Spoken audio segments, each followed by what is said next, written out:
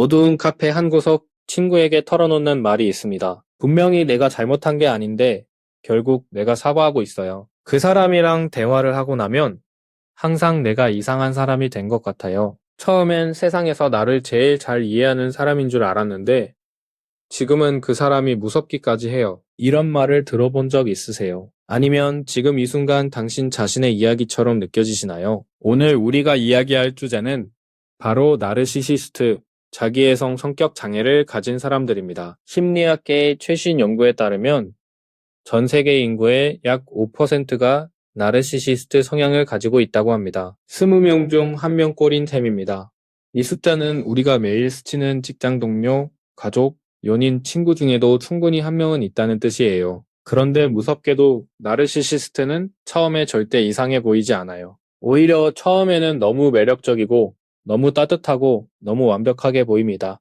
그래서 더욱 위험한 거예요. 오늘 이 영상을 끝까지 보시면 나르시시스트를 구별하는 결정적인 징후 7가지를 알게 됩니다. 그리고 지금 당신이 가스라이팅을 당하고 있는 건 아닌지도 함께 점검할 수 있어요. 이 영상이 지금 고통받고 있는 누군가에게 작은 등불이 되었으면 합니다. 준비되셨나요? 그럼 지금 바로 시작합니다.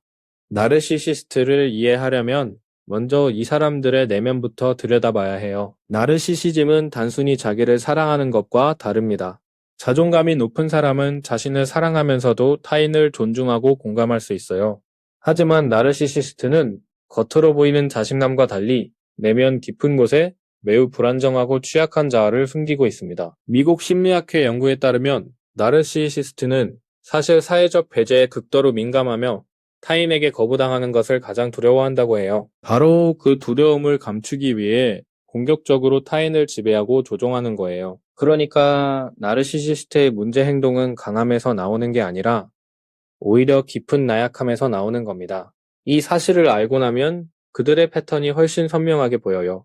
첫 번째 징후는 바로 러브바밍입니다. 처음 만날 때 이 사람들은 당신을 세상에서 가장 특별한 존재로 만들어줍니다.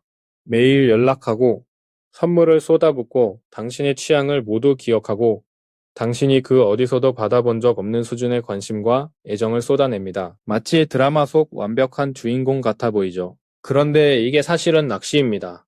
러브바밍은 당신을 자신에게 완전히 의존하게 만들기 위한 초기 전략이에요. 당신의 감정적 빗장을 열어놓고 나중에 상처를 줬을 때 당신이 처음에 그 완벽했던 시절로 돌아가기 위해 어떻게든 버티게 만드는 거죠. 처음이 너무 완벽했던 사람, 그리고 갑자기 차갑게 변한 사람이 있다면 이 패턴을 반드시 의심해 보세요.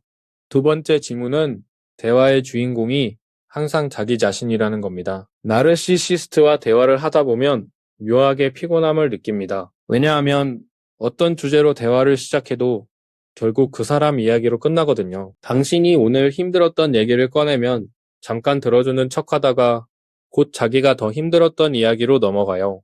당신이 성과를 이뤄냈다고 하면 자신의 더 대단한 성과를 꺼내놓습니다. 이걸 심리학에서는 대화 가로채기라고 부르는데 나르시시스트에게 타인의 감정은 자신이 주인공이 될 무대를 빼앗기는 위협으로 느껴지기 때문이에요. 당신이 눈물을 흘려도 그들은 진심으로 공감하지 않아요. 오히려 당신의 감정보다 자신이 어떻게 보일지를 먼저 계산합니다. 세 번째 징후는 끊임없는 칭찬 요구예요. 나르시시스트는 자아의 연료를 스스로 만들어내지 못합니다. 항상 외부에서 인정과 찬사를 채워 넣어야만 버틸 수 있어요. 이걸 심리학 용어로 나르시시즘적 공급이라고 합니다.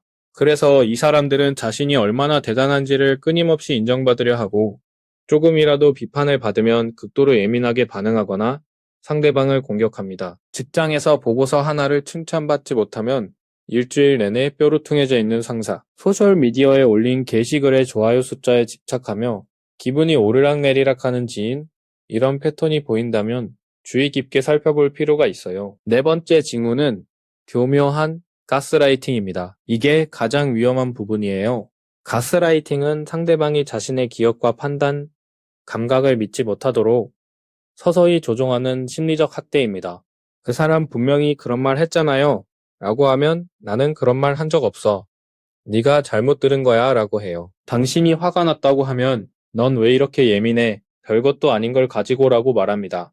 이런 일이 반복되면 피해자는 점점 자신의 감각을 의심하게 됩니다. 내가 너무 예민한 건가? 내가 잘못 기억하는 건가? 하면서 자기 자신을 믿지 못하게 되는 거예요. 이쯤 되면 나르시시스트는 당신의 현실 인식 자체를 장악한 겁니다. 심리학자들은 가스라이팅을 가장 교묘하고 파괴적인 형태의 심리적 학대라고 말합니다. 5번째 징후는 항상 피해자 역할을 자처한다는 거예요. 나르시시스트는 놀랍게도 항상 피해자입니다. 어떤 상황에서도 이야기를 비틀어서 자신이 억울하고 상처받은 쪽이 되는 방향으로 만들어냅니다. 당신이 그 사람의 잘못을 지적하면 갑자기 눈물을 흘리며 내가 얼마나 힘들게 살아왔는데 너마저 이러냐? 라고 해요. 이 전략이 얼마나 효과적이냐면 정작 상처를 받은 피해자가 오히려 가해자를 위로하게 됩니다. 자신의 분노와 상처를 꾹 눌러 담고 말이에요. 이 역할 전환, 피해자 코스프레는 나르시시스트가 책임을 회피하는 가장 강력한 무기입니다. 6번째 징후는 당신의 관계망을 서서히 끊어낸다는 겁니다. 나르시시스트는 당신이 친구를 만나거나 가족과 시간을 보내는 것을 싫어합니다. 처음엔 그걸 질투나 애정으로 포장해요. 나는 네가 나랑만 있었으면 해. 또는 그 친구 좀 이상하지 않아. 하면서 서서히 당신의 주변 관계를 의심하게 만들고 멀리하게 합니다. 이것은 당신을 완전히 고립시켜 자신에게만 의존하게 만들려는 전략이에요. 당신을 지지해줄 사람이 없어질수록 나르시시스트의 통제력은 더 강해지거든요. 가정폭력 피해자들의 공통점을 분석한 연구들에서 이 고립화 전략이 반드시 등장한다는 것은 결코 우연이 아닙니다. 7번째 징후는 공감 능력이 구조적으로 작동하지 않는다는 겁니다. 나르시시스트도 공감을 흉내낼 수 있어요. 하지만 그건 진짜 공감이 아닙니다.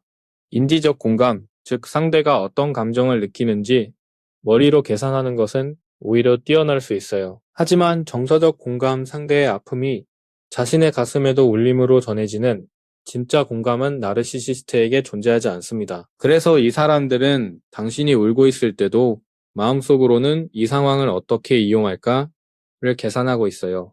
오랜 시간 가까이 있다 보면 이 차가움이 느껴지는 순간이 반드시 옵니다. 그때 당신의 감각을 믿으세요. 저는 이 영상을 준비하면서 부끄러운 기억이 하나 떠올랐어요. 몇 년 전 저와 친했던 한 지인이 있었는데 처음 만났을 때 이 사람처럼 열정적으로 저를 챙겨주는 사람이 없었어요. 제 생일을 몇 달 전부터 준비하고 제 좋아하는 음악까지 외우고 있었죠. 그런데 시간이 지나면서 이상한 일들이 생기기 시작했어요. 제가 슬픈 일이 생겨 이야기를 꺼내면 항상 자기 이야기로 대화가 넘어갔고 제가 다른 친구를 만나면 삐쳐서 연락이 끊겼어요. 어느 순간 저는 제가 좋아하는 사람들을 만나는 것에 죄책감을 느끼고 있었습니다. 그 지인의 기분을 해치지 않으려고 저 스스로 저를 가두고 있었던 거예요. 오늘 이 징후들을 정리하면서 그때를 되돌아보니 정확히 6번째 징후, 관계망 고립화가 일어나고 있었다는 걸 이제야 알겠더라고요. 당시에는 그냥 나를 많이 아끼는 사람이라고만 생각했던 게 너무 아쉬웠습니다. 그래서 여러분께 이 영상이 더 필요하다고 느꼈어요. 이 징후들을 보면서 주변에 떠오르는 얼굴이 있으신가요? 중요한 건 이겁니다. 나르시시스트와의 관계에서 이상하다고 느껴지는 건 당신이 예민한 게 아니에요. 당신의 감각이 옳은 겁니다.